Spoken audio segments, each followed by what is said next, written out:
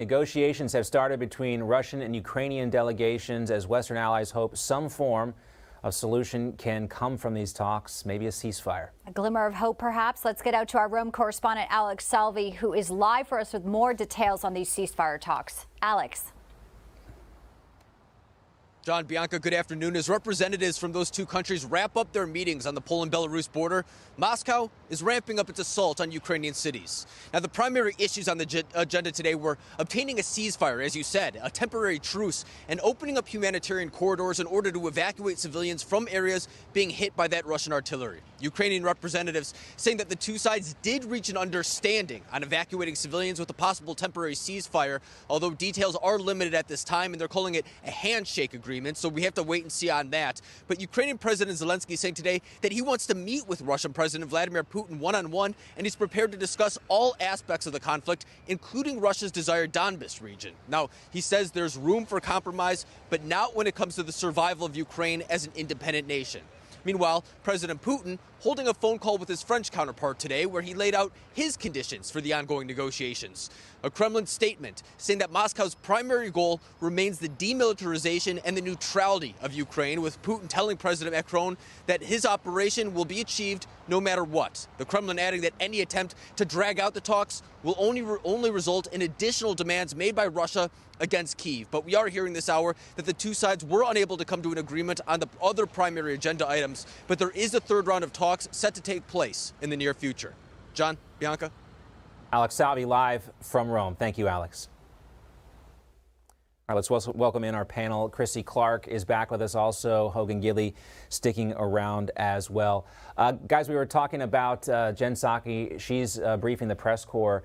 You know, she's defending, Chrissy, the White House's refusal to really target Russian oil imports and talking about these carve-outs. We also previously reported that Nancy Pelosi says she's in favor of banning Russian oil imports, but not in favor of opening up drilling on public lands. I mean, this is, I think, the issue that's most salient and immediate for Americans right now is the cost of energy. And I don't think we're getting clear direction from the White House or anyone, for that matter, on, you know, the strategies that they're taking. How do you see it? Right. Well, I see it as the Green New Deal, these agendas. I think there are people on the conservative side. You would be wrong to say that these Green New Deal plans are actually just in liberal circles. There are people who want to move away from oil and Russian imports and all that jazz.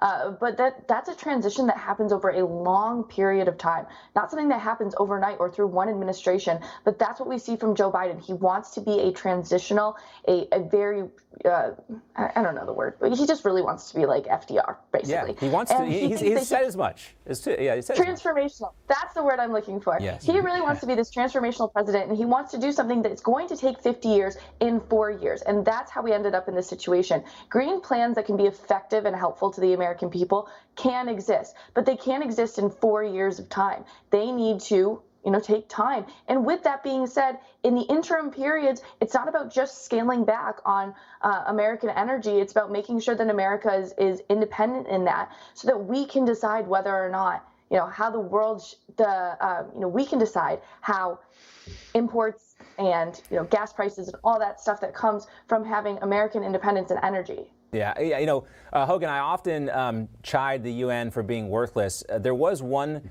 study the UN put out that I thought was very important last year, and it showed that under President Trump, the United States actually reduced greenhouse gases more than any of the countries that remained in the Paris Climate Accords. And that just goes to show you, if you prioritize, energy in the United States, if you do an America First policy here, not only can you kind of take the lead and reduce carbon emissions. I mean, you can't promise everybody all the sunshine and rainbows of everything in the Green New Deal, but it is a slow, methodical thing. And you can't sacrifice national security for all these hopes and dreams about cars that run on smiles and rainbows.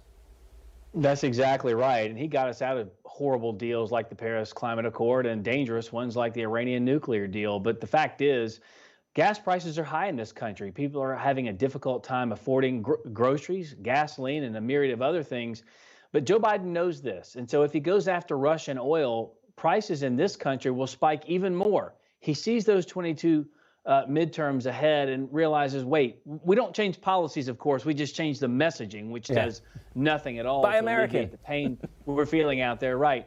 And Chrissy's right. Look, he is transformational. He's transformed us to a secure southern border to a wide open southern border. He's transitioned us from rising wages to lowering wages. He's transitioned us from low taxes back to high taxes, from affordable gasoline to gas you can't afford to put in your car. I mean, the whole thing is an absolute joke. The policies are hurting the people. They're angry at him. And so regardless of what he is talking about now with gasoline and the lies coming out of the White House there, he could fix it.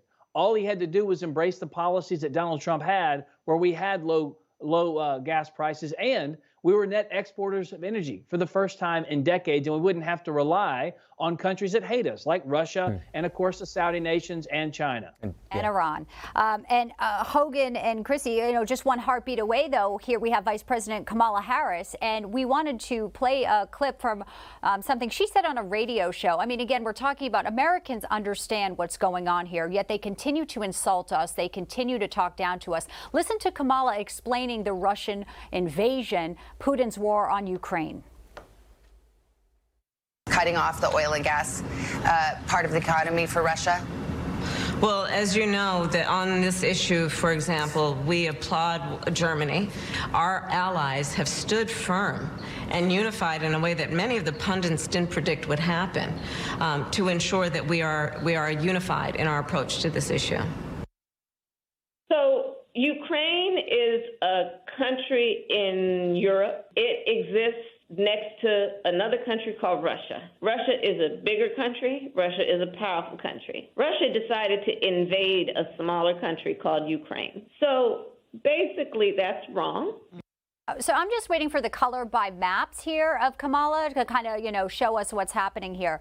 It really does kind of underscore what this administration is doing, which they think American people are just going to take it. And we're at the point now, we're really at an inflection point, Hogan, where people are just, they're done. Yeah, absolutely. And look, Kamala Harris is an unmitigated disaster. Regardless of how many times the media and the left try to force feed her onto the public, fetch is not going to happen. They need to stop trying to make it happen. In fact, Kamala Harris is someone that we now know asked to bail out the rioters that caused all of the death and the destruction across this country on her Twitter feed. She's someone who can't answer simple questions. She doesn't read her briefing papers, as we know from the media reports, and then gets angry at her staff because she wasn't prepared for interviews. People don't like Kamala Harris. She was, in fact, I believe, 8th or 9th amongst African-American voters behind Bernie Sanders and Liz Warren in the primaries, never got to a single vote in those primaries. She is wildly unpopular. She's wildly incapable of being president of the United States, and she shouldn't be in the post right now as vice president either. Chrissy nodding her head here and gets the final word, I guess. Yeah, well, I thought that this comment, coupled with Nancy Pelosi's comment that people in America don't like Biden because they simply are too dumb to understand his agenda, I think this just goes to show that these people really think so low of people in middle America, and it's sad and it's out of touch. We're all deplorables in their eyes. The little people, the poors. Anyway, Wear our masks. We can't afford all that ice cream or those refrigerators like Nancy Pelosi can. Chrissy, Hogan, great to see you both. Take care, guys. Thanks, guys.